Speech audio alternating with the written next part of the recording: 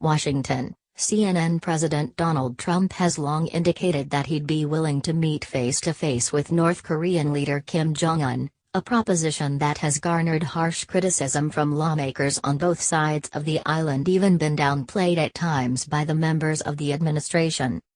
But recent strides in Pyongyang's quest to develop a nuclear weapon capable of hitting the U.S. have raised suggestions that the idea of engaging in direct diplomacy with the Kim regime, or even facilitating a direct meeting between Trump and the North Korean leader, might not be so crazy after all. Trump currently finds himself at a critical juncture when it comes to identifying an effective diplomatic policy on North Korea. After months of escalating tensions driven by harsh rhetoric and military muscle flexing, Pyongyang launched 2 intercontinental ballistic missile tests in July, indicating that its missile program may be more advanced than previously thought despite years of sanctions levied by the international community. The U.S. and its allies in the region have overwhelmingly condemned both tests, with the White House repeatedly telling reporters that it is considering all options following the most recent launch that occurred just last week. However, the White House has yet to offer a clear explanation of how the U.S. intends to proceed, despite intelligence assessments indicating that North Korea could have a reliable ICBM capable of reaching the U.S. by 2018.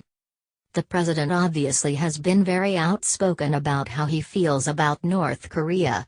As we have said many times, we are not going to broadcast what we are going to do, White House Press Secretary Sarah Huckabee Sanders said Tuesday.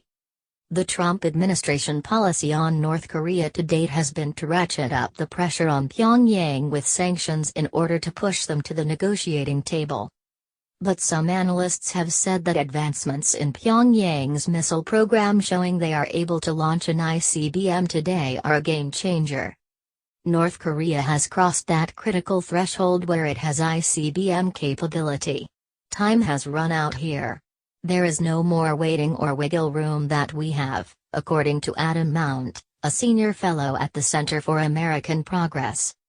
From here on out North Korea, face a series of choices about how quickly they want to develop, he told CNN. U.S. officials told CNN last month that revised military options for North Korea have been prepared and were ready to be presented to President Donald Trump. When asked about the U.S. government's strategy on handling North Korea, GOP Senator Lindsey Graham suggested Tuesday military options could be used to halt threats from the country. There is a military option to destroy North Korea's missile program and North Korea itself, Graham said on NBC's Today Show. If there's going to be a war to stop them, it will be over there. If thousands die, they're going to die over there, they're not going to die here, and President Donald Trump told me that to my face. He continued, I'm saying, military options are inevitable if North Korea continues. But with millions of innocent people, and nearly 30,000 U.S. soldiers, in South Korea and in range of Pyongyang's current missile arsenal, the administration is indicating that it still hopes to find a diplomatic resolution despite failed attempts to persuade China to take a more assertive role pressuring North Korea into talks. Talks stand the best chance of limiting North Korea's missile program, but it is still a slim chance, according to Mount, who added that logically and practically there is no other step for the U.S. Several U.S. lawmakers have publicly supported the idea of engaging in diplomacy with North Korea, with some indicating a willingness to support direct talks with Pyongyang. If the choice is between military conflict or talking, I would support talking, Democratic Representative Ted Lieu told CNN when asked if he supports direct diplomatic engagement with the North Korean regime. Democratic Representative Martin Heinrich echoed the need for diplomacy but said the U.S. should not give up on engaging China on the issue. I think having an open dialogue with North Korea, especially if the right messengers are at the table, and that may not be the United States, is not a bad thing and is something that should be explored, he said. We probably need to be working in concert with countries who recognize just how much inherent risk there is in this situation. Even though China is often our adversary on issues, we should be deeply engaged with China in trying to bring that to bear on North Korea, said Heinrich. Direct diplomacy. Trump has often stressed that China should do more to pressure North Korea into abandoning its missile program, but he has made little progress toward persuading Beijing to take on a bigger role. Without China's cooperation, the U.S. may have to engage North Korea on its own. U.S. lawmakers and even members of the Trump administration have previously criticized the idea of engaging in direct talks with North Korea without the precondition of denuclearization.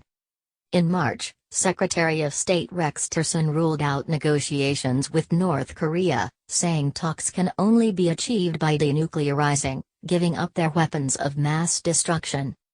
Tillerson took a softer tone in comments Tuesday, indicating that the U.S. appears willing to move forward with direct talks if North Korea agrees upfront to pursue denuclearization, a policy that was unsuccessfully implemented by the Obama administration and considered by some experts to be out of date. Tillerson says U.S. is willing to talk to North Korea. By all indications, upfront denuclearization remains a non-starter for North Korea, and by adopting that precondition for negotiations, the Trump administration sends a message that they are not serious about talks, according to Mound. The important thing to do is for the Trump administration to abandon its search for easy solutions, he told CNN. The insistence of denuclearization, which won't occur, will likely not lead to any progress and will result in policy that is likely. Instead, the U.S. could frame its policy around trying to contain North Korea by proposing an arms control agreement rather than demanding denuclearization. It costs the U.S. nothing to make a sincere offer and leave it on the table to see if pressure on North Korea could lead to negotiations and expand from there, from a modest beginning to more serious restrictions, Mount said. While there is certainly no guarantee that direct negotiations would prove to be effective, experts indicate that there is a desire to come to the table on the part of the North Korean regime. The North Koreans have been wanting direct talks with the U.S. for over a year but don't want to commit in advance to denuclearization or to take steps unilaterally before talks begin, said Leon Sigel, director of the Northeast Asia Cooperative Security Project at the Social Science Research Council.